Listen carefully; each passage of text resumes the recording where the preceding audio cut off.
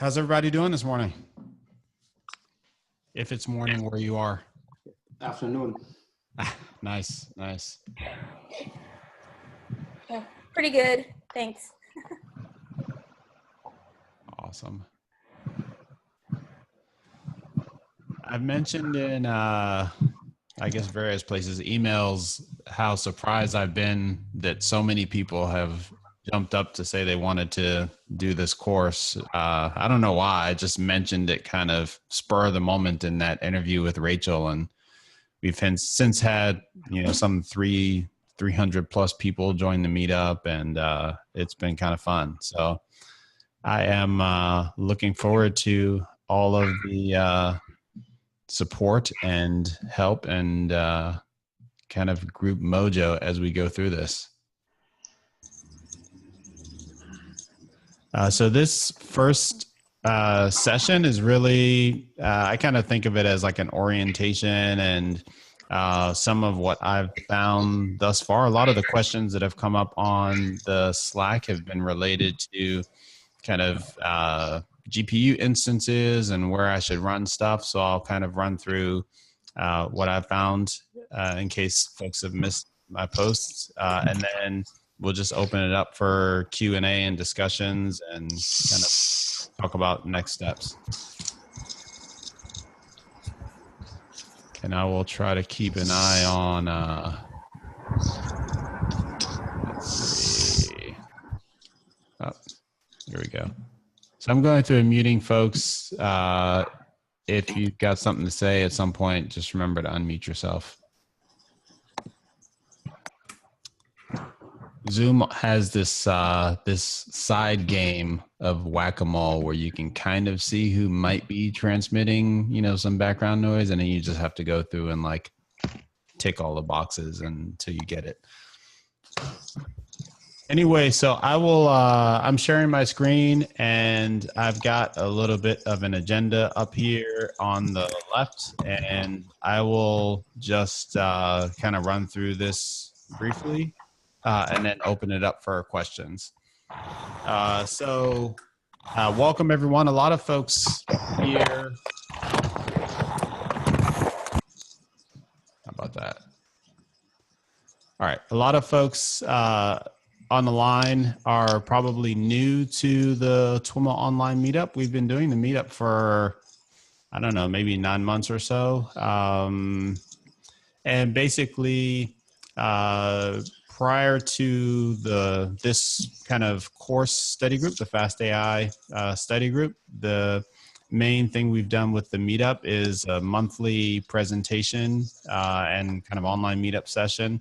And the next one is going to be on Tuesday, the 12th. And the focus is on, or the main presentation is going to be a paper on cardiologist level arrhythmia detection with convolutional neural nets. So it should be a good one.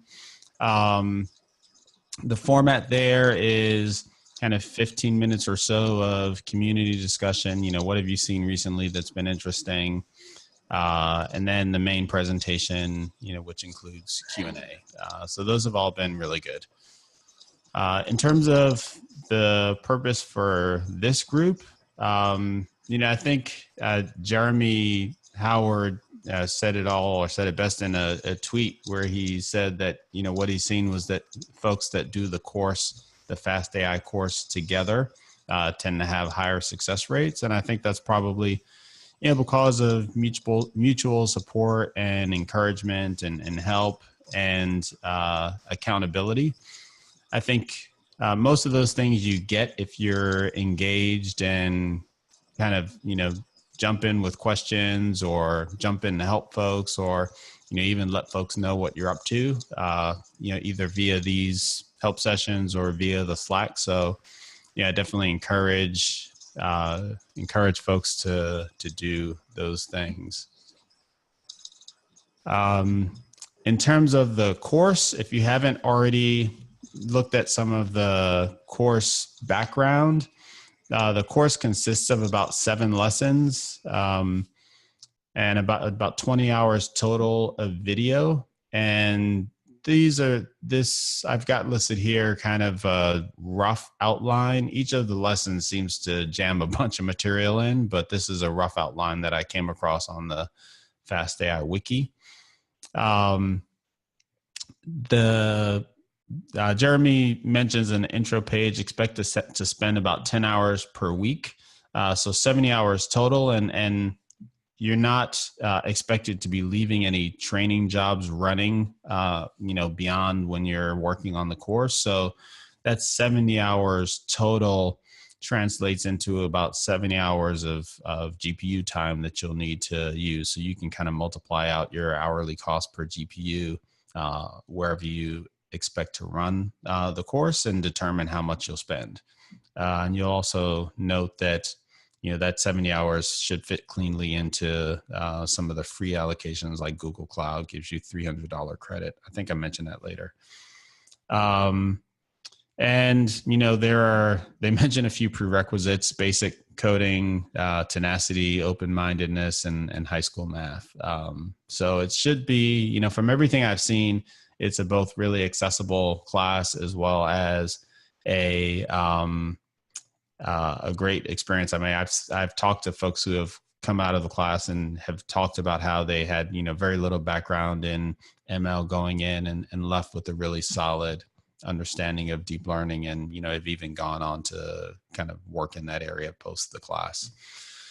So I guess I'll pause here for questions. Feel free to unmute yourself or type up in the group chat, which I'll take a second to catch up on.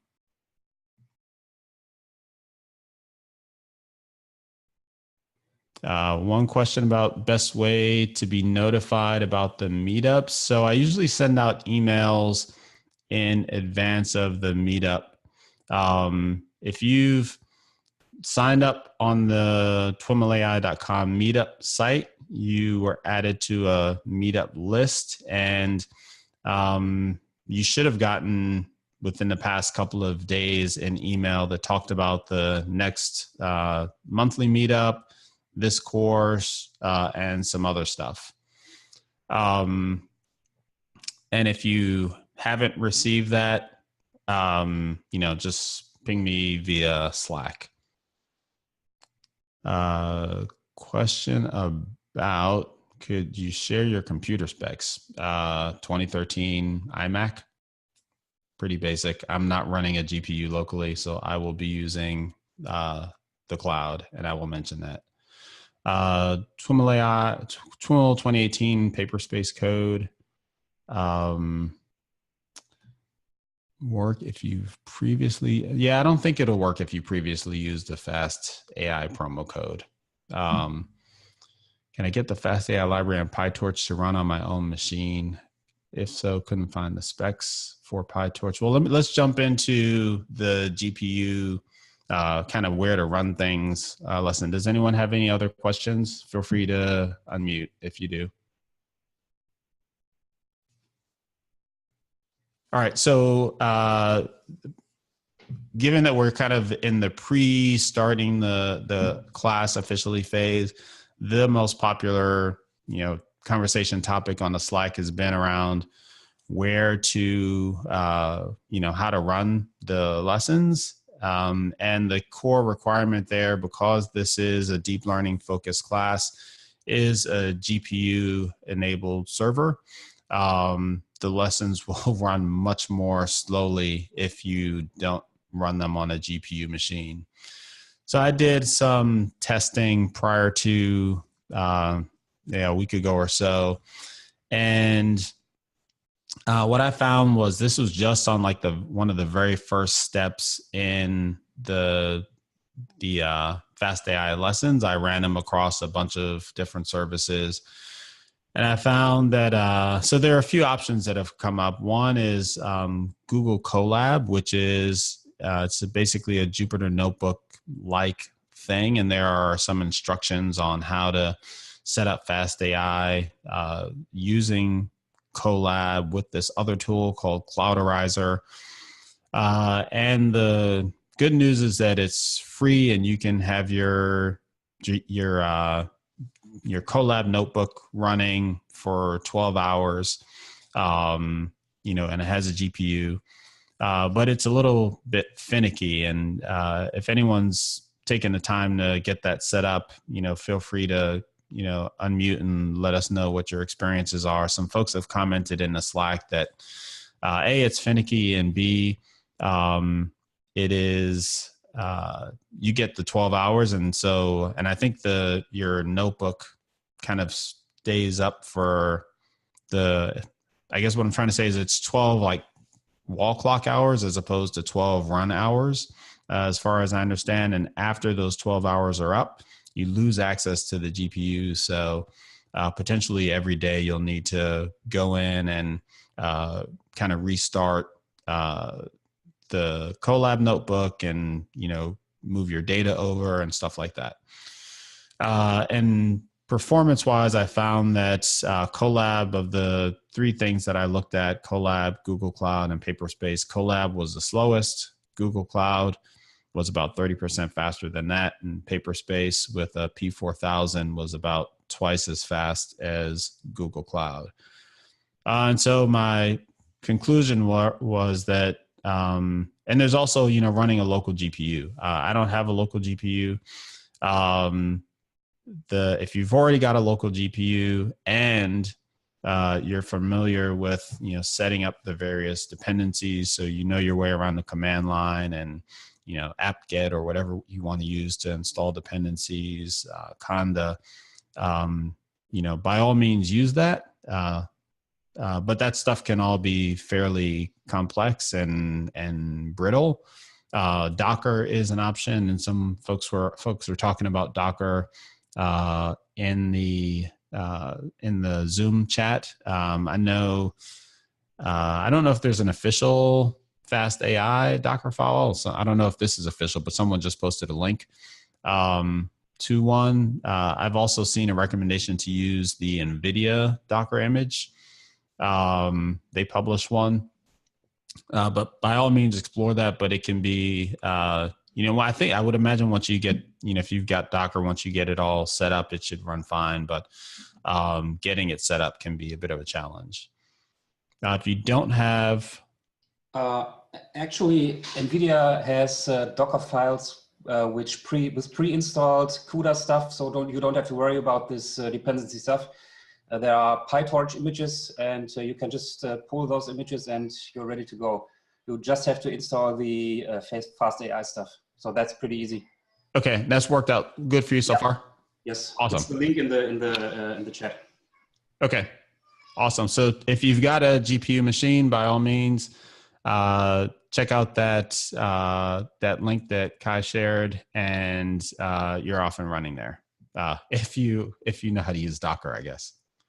And so if you don't have the local GPU and you're going to be focused on cloud, I guess my little kind of rule of thumb here is, if the cost is, the most important thing for you, go ahead and, try Collab with all of its potential issues in terms of the amount of time you get and needing to restart every time. If you are somewhat financially constrained, but can afford some expense and or risk, and I say that because Google Cloud Platform will give you a $300 credit, which you can apply to the Google Compute Engine, but you can only use a GPU machine. You can only access a GPU machine if you upgrade from a trial to a full account, which means giving them your credit card information. You still got plenty of GPU time with that 600 or so hours that the credit equates to. But if you forget to turn your machine off and start running up a bill, you could be in trouble. And then finally, Paperspace is a good option with some caveats that I'll discuss in a second.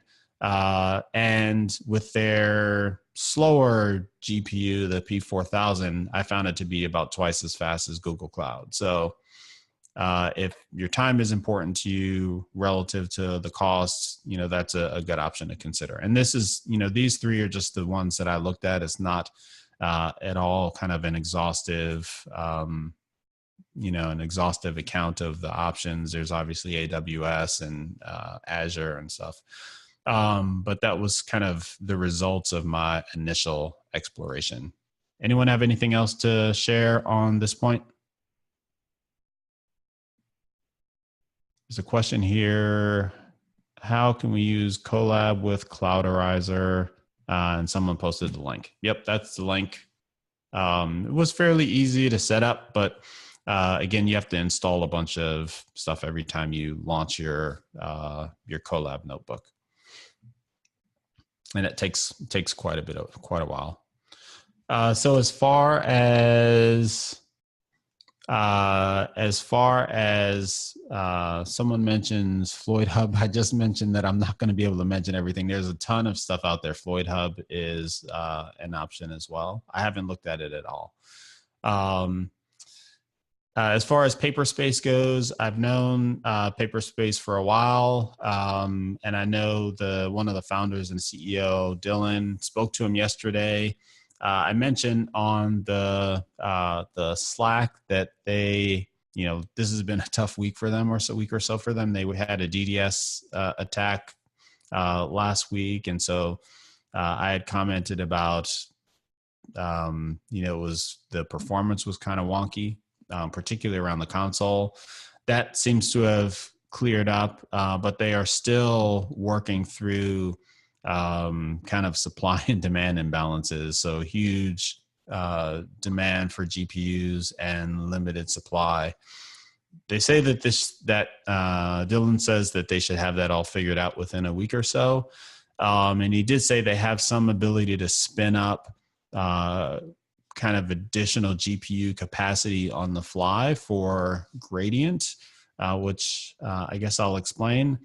And I texted him this morning after not being able to create a GPU-backed Gradient notebook, and then all of a sudden GPUs were available.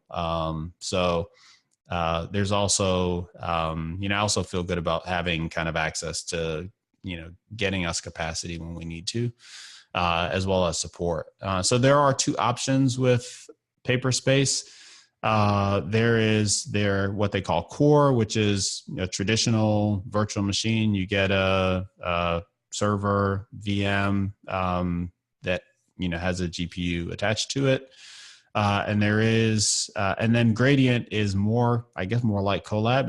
It's more where it's more like a Jupyter notebook based experience. So when I'm tend to talk about these options, I talk about the core as like AI enabled infrastructure, and the Gradient is more like a data science platform as a service.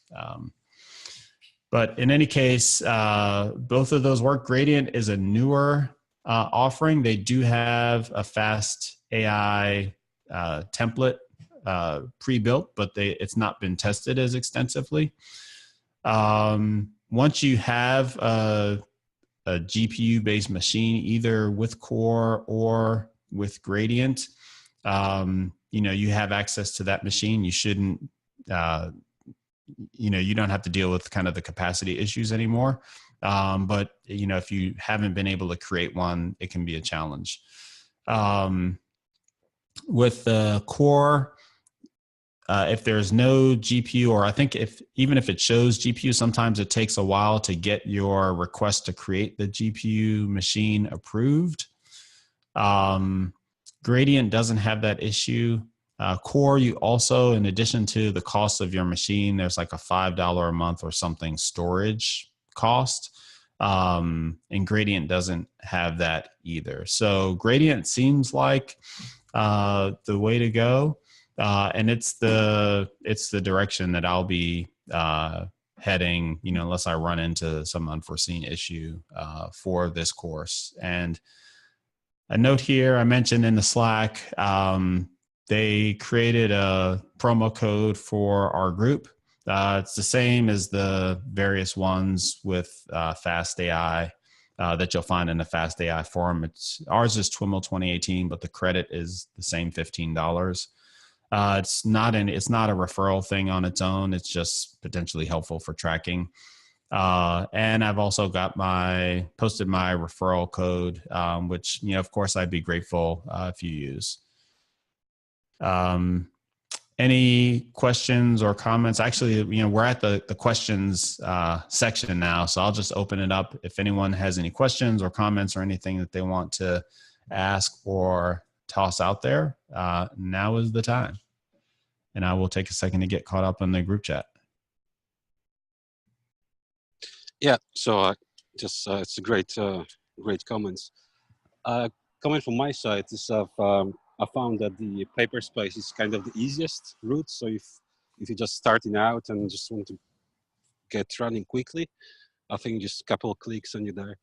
Whereas Google Cloud takes you more time and I guess needs some more experience, I would say. That's just my experience. And I also agree. About the 70 hours each for the course, like 10 hours per week. I think that also depends on how much you want to learn and how much of a baseline or already experience you have in machine learning and Python. It could be that 10 hours is enough, but it could be that you would need like twice that time to do whatever is asked to do in a course. So just to take in consideration. Mm-hmm.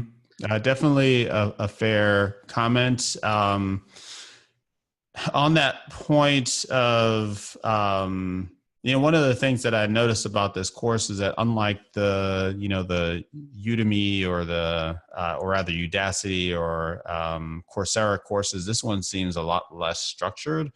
And so, it's really up to us to create a learning experience that kind of goes as deeply as we want. And I think that the Slack will hopefully provide a forum for doing that. I did notice that in the first lesson, they kind of will mention, like some homework, train your, hey, you could go off and, find some images and train your own classifier.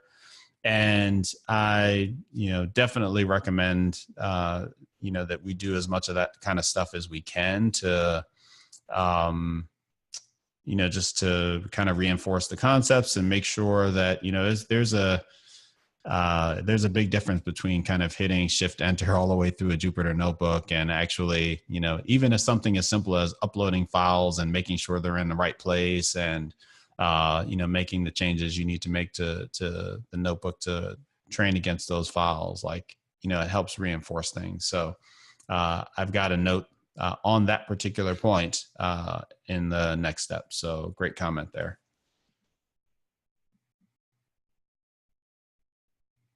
Any other questions or comments? Hey Sam, you talked about the trade-off between the time and the cost. Do you have an estimate of what the cost is for Paperspace, the overall cost for the course? Again, it's kind of caveated by, your mileage will vary with regard to this 70 hours, but for the Paperspace GPU options, if I remember correctly, the P4000 is 40 cents an hour, and the P6000, or I think it was 5,000 or 6,000, the faster of the two cheaper GPUs is about 65 cents an hour. So that translates into what, roughly $35, like 50 cents an hour or something like that. So you should be able to do the course for under $50 of GPU time with Paperspace. Am I doing my math right? And then, yes, yep. Just signed up on Paperspace using the Fast AI code that was shared. Now my question is, can I use your referral code to get an additional credit? Is there an option to do that, or is that too late? Am I too late? Yeah, I don't know I wouldn't think that you could. But like the referral code is no big deal. Like it'll give me a few extra GPU hours that I can use at some point, but I wouldn't spend, I wouldn't worry about that at all. But I appreciate the thought. Sure. Yeah. Thanks. Someone's asking about AWS. AWS is definitely workable, but expensive. Someone is going to post a link. Brian is going to post a link to instructions on using, to the AWS AMI on Slack. I guess I won't read all these. I have a question. Yeah, go ahead. I was trying the Google Cloud platform, which is cool with the $300 credit. Mm-hmm. But so the it runs nice on GPU and you can do computations. But then maybe I configured something wrong. But every time I was disconnecting my local computer from network, the computation were stopping. So I don't know whether you have to set it up special way to kind of to run the computations, like, if you run like a couple of hours, like 5-6 hours, because if your data set is quite large. I didn't find so far away, to continue. I don't know, maybe I did something wrong in the setup. It's just a question, but yeah, I can find out later. I didn't run into that, but I just ran through the first lesson, so I didn't run anything that took more than a few minutes. The big hurdles that I jumped through was trying to set up my own SSH keys and set up SSH tunnels so I could, just easily, launch stuff. But beyond that, that bit of complexity and launch stuff, and also access the notebooks off of local hosts, because I did have some issues accessing. I think they don't, I may be mixing up things here, but I think they don't automatically give you a public IP, or you have to pay for it, or that may have been Paperspace. But in any case, I spent some time, working through that, but I didn't have any issues with it just stopping. I was actually more worried about it continuing to run and racking up a bill.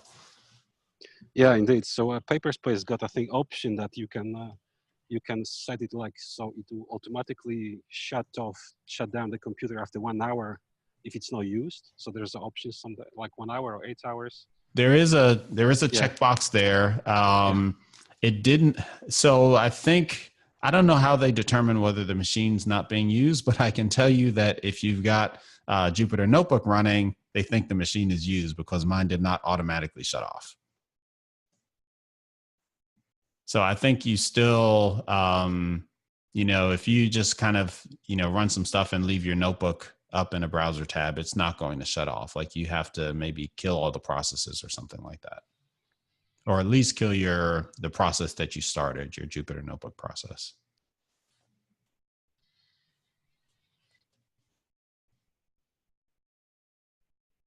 So question, my motivation behind starting this class. I think it was, I've just heard lots of good stuff about the class, really. And my kind of deep learning knowledge has come from a lot of, kind of various places, but I've not done a formal class on it. And so I just wanted to kind of go a little bit deeper. And what I liked about this class is that, it didn't seem to be, it seemed like we'd get through a lot of material, a lot of practical material, without getting bogged down in a lot of the math and the theory, which I think is important. And like I took Andrew Ng's machine learning class, which is a very kind of math and theory based course, many years ago, and it was a great class. And I expect to eventually dive into that kind of stuff for deep learning. In fact, I may do Andrew Ng's deep learning class sometime after this one. But to start, I thought this would be a better one to go through.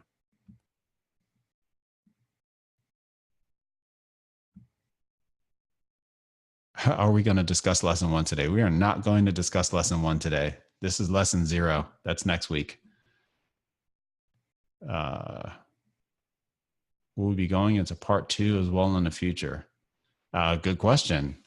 The part 2 outline looks pretty interesting. So, we can talk about at the end of this one where we want to go next. All right, we're about half an hour in. Any other thoughts, questions, whatever? That's really all I had outside of the next steps, which I mentioned. It's really working through lesson 1, bringing any questions you have to the Slack. You certainly don't want to get stuck for, waiting until next week's session. So feel free to, chime in on the Slack if you've got any questions, but we will have a Q&A/help session next week, same time. I mentioned that in the lesson 1, you'll be asked to find some new training and test images and create your own classifier. Definitely do that and share your results in the Slack channel. If I can figure out where I left mine, I will be sharing some screenshots and stuff. And then just, chime in with any questions or bring them to next week's session. I have a question. Yeah.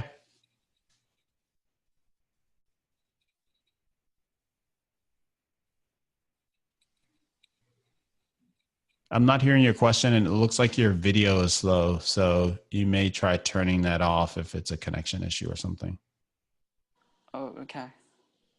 Now I'm hearing your question. Or Yeah. now I'm hearing you. Go ahead. So what's the best way of learning deep learning? What materials should we use, or what experiments should we do beside the Fast.ai course to master deep learning, or just delve into the deeper on a more deeper level? So I saw, I can't remember where I saw it, but I came across a blog post. I think that also fed into, my thinking about taking this course first or starting here. And it was someone who had done both Fast.ai courses and part 1 and part 2 of Andrew Ng's course. And I forget the specifics, but I think he recommended an order of the deep learning, the first Fast.ai course, then Andrew Ng's deeplearning.ai course, which kind of supports everything that we'll be learning over the next 7 weeks, but, with more of a theoretical foundation. And then I forget whether he said or whether the post said to go back to Fast.ai or continue with the Andrew Ng stuff. If anyone knows the post that I'm referring to and has a link to it, please share it, and I can try to find it as well. But my sense is that the Fast.ai courses will, if you go through the lessons and, Google around and dig into, questions that you have and, do kind of the homework that they mentioned, that you will go, pretty far, with this Fast.ai course, and you'll also have a much better sense of what you need to do afterwards. There's also, in addition to like course stuff, there's also, reading papers and implementing papers and, understanding kind of the broader scope of, what's happening in the field. And, I guess I should mention that the podcast is a great way to stay on top of all of that stuff. So, maybe maybe in keeping in spirit with the top down approach of the Fast.ai course,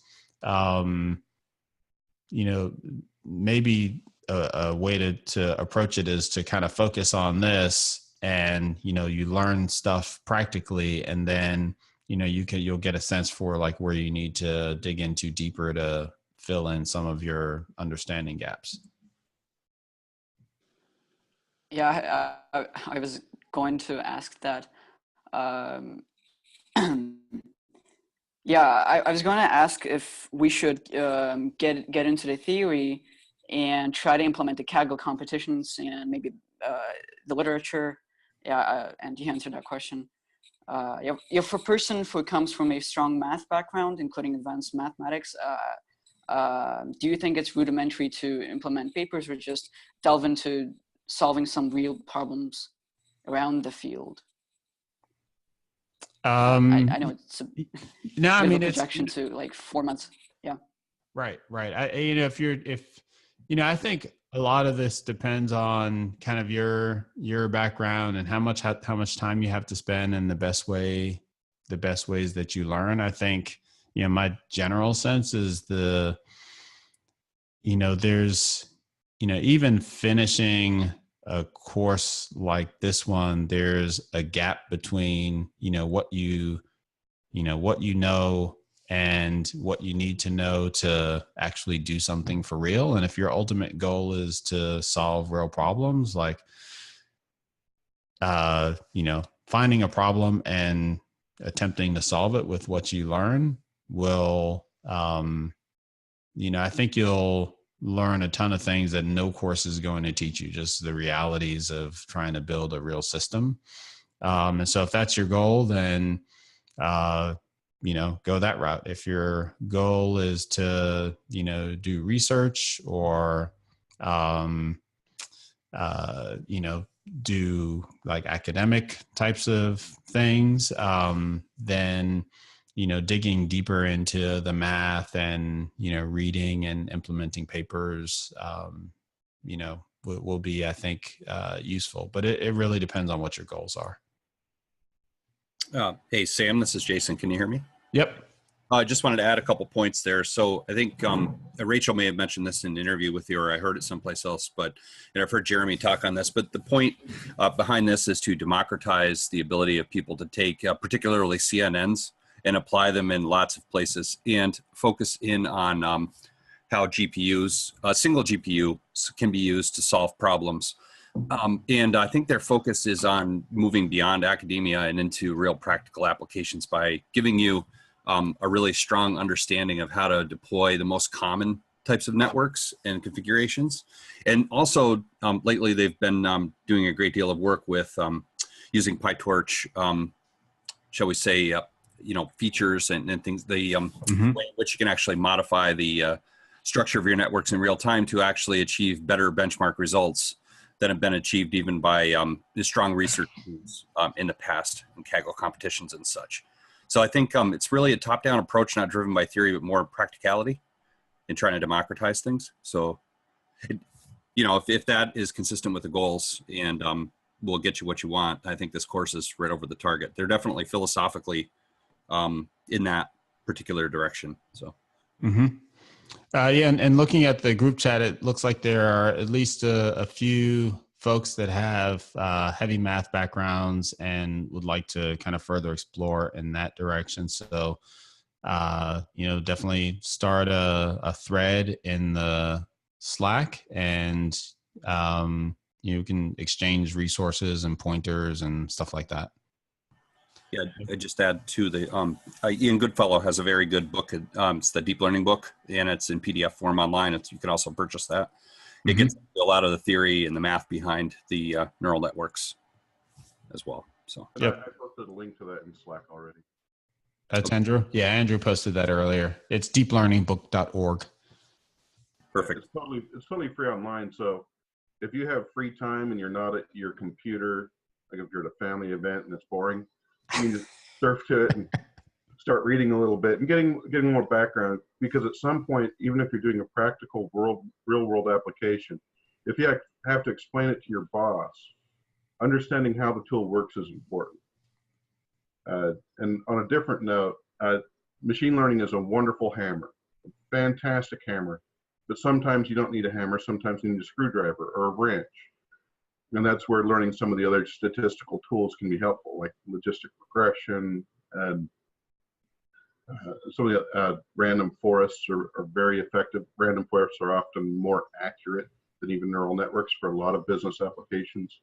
So this is a wonderful tool. That's why I'm joining the group to learn about it. But keep in mind that sometimes you need a different tool. So feel free to expand your knowledge set as you move into this realm. Yep. And on that note, someone asked in Slack earlier this morning about maybe last night, about the Fast.ai machine learning course. There is a course that they do that I haven't looked at it, but I presume that it talks about some of those more traditional machine learning methods, non-deep learning based methods that you just mentioned. And I read somewhere Jeremy said that a lot of people will take that class and this class, the deep learning class, in parallel. So they can complement one another that way. So if you've got the time to do that and the interest, it certainly couldn't hurt.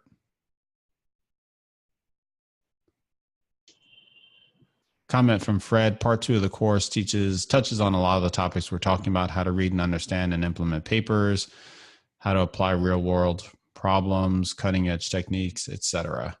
Yes. Can someone share the Slack address? You should have gotten an invitation via email. It's TWiMLAI.slack.com, I think.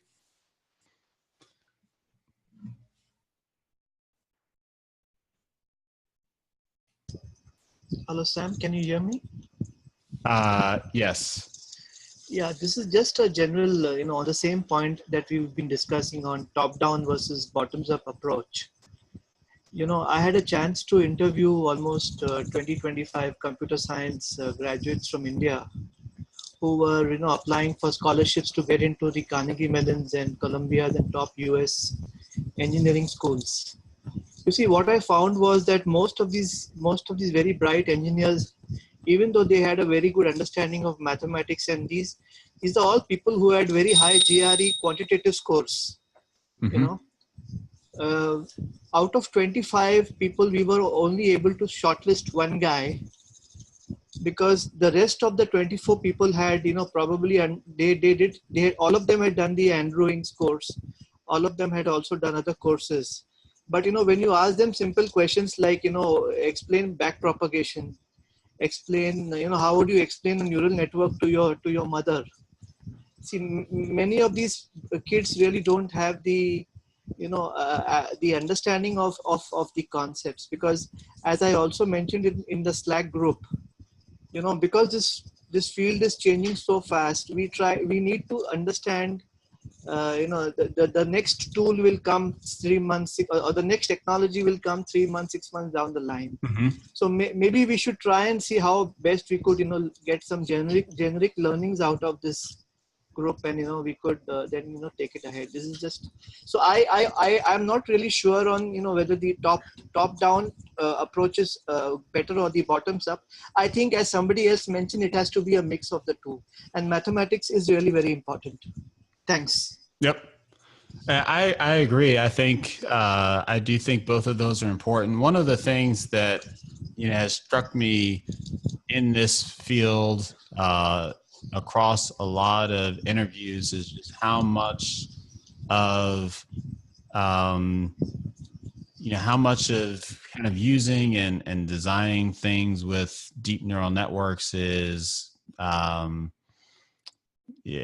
I don't even know that it's not so much art versus science. It's like there are a lot of these little tricks that there's kind of this catalog of well-known tricks that people use to build and train these networks, and then there's a bunch of stuff that, hey, if you happen to miss the paper, you wouldn't know that you could do thing XYZ.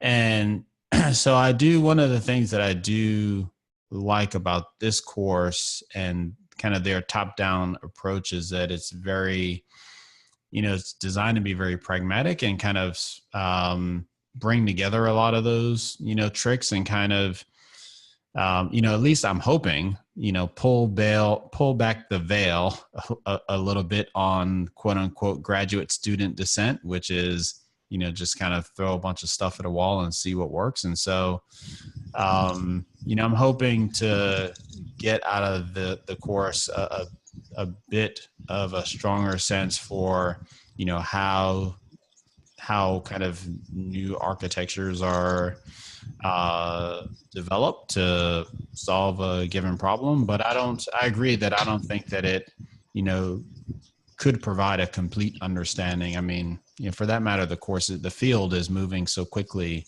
Right. There's no such thing as a complete understanding really at this point. I would highly recommend, there's an old blog post of Andrej Karpati called Hacker's Guide to Neural Networks.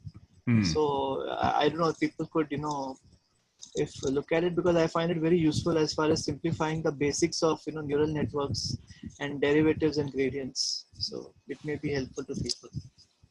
Andrej Karpathy, Hacker's Guide to Neural Networks. Sounds like a good one. Yes. Thank you.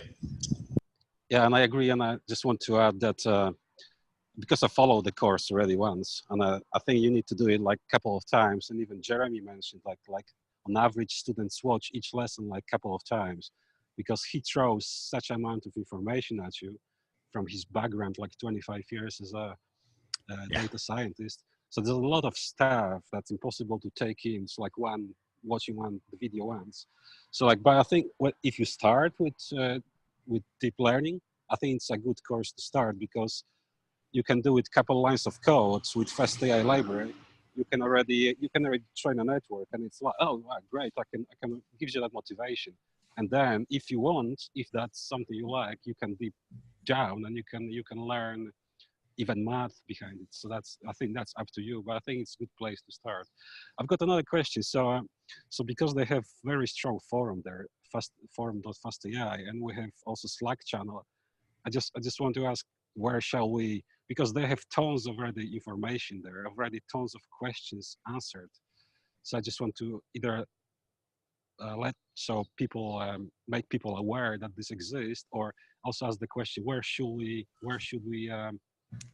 concentrate on putting our comments? Is it on Slack, or shall we go to that forum, because it's really already a lot of questions being answered? That's the question. Yeah, that's a great point. And the intent here isn't to reinvent the Fast.ai forums. So I don't think Slack is a very good vehicle for that in any case. And so certainly if you run into something where you need some help, I would think going to the Fast.ai forums and, searching for what you're running into, or, Google for that matter to find you, to get you there, I think is probably the best first thing to do. I think of the Slack channel as more of kind of community and support and encouragement. And I think help is a big part of that. And, I think we'll all have to kind of decide in the moment, like, what things do we ask on the Slack versus on the Fast.ai forum. I don't necessarily have a formula for that, but, I think we'll figure it out over time. But, I think, on the Slack, I'd love to see us like sharing, like I've, for my homework for the first one I did, I forget actually which one I did, but I did like a Spider-Man versus Wolverine classifier. And I'm planning to like share, some screenshots of what I did. I'd love for other folks to kind of share what they did, and just, be available to kind of encourage each other and stuff, and kind of, help walk through questions, and, maybe in a little bit more of a real time than you might get in the Fast.ai forums. But, even that's a big ask, because everyone's, busy and living their lives and stuff. So I don't know. It's a great point. This is definitely not meant to reinvent that wheel. But, I think we'll figure it out over time. Hey, Sam, this is Jason. Do you mind if I just ask a quick question? Yeah, go ahead. Okay. So this kind of with regard to community growth almost a little bit. I think I mentioned to you before, I'm in upstate New York, north of Albany, and organized a Google developer group up here, which is a software meetup group where we have some special interest groups that are forming around Go and machine learning. And we've had some DevFest conferences that Google has sponsored in the fall in October, November of the last 2 years. We're planning one upcoming in this year as well. And the ask is that if anybody on the line is interested to get their work kind of in front of a, maybe a non-intimidating, not a marquee conference, but, like about 120 to 150, maybe 200 people with the expressed interest of kind of growing the amount of people that understand the value of deep learning. I definitely want to just put that out there as an opportunity for people to kind of join and be like a remote presenter, even over Zoom, at our fall conference that's upcoming in 2018. I don't have the date yet, but I just wanted to throw that out there if anybody may have interest. Cool. Yeah, that's a great opportunity. Post the link in the Slack. Will do. Thanks.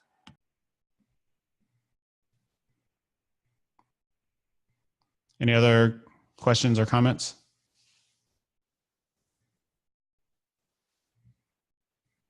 Hey, Sam, I just wanted to share that I've just started on the deep learning.ai courses on Coursera. It's a series of 5 courses. I'm on course 4 right now, that's CNNs. So it'll be interesting to see, that's a bottom-up approach that Andrew takes. So it'll be interesting to compare that with the Fast.ai course, and hopefully that'll improve my understanding. So happy to see how that goes. Yeah. Yeah, there are some, I think someone found the link, or at least a possible link to the article that I mentioned earlier that kind of compares the two and suggests an order. That's in the group chat. And incidentally, I'll post the transcript to the chat into Slack, so that'll be accessible.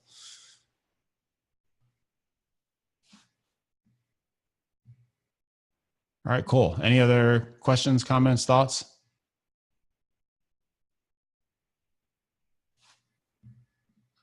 Going once, going twice. All righty. Well, thanks everyone for joining in, and both this session and the fun in general.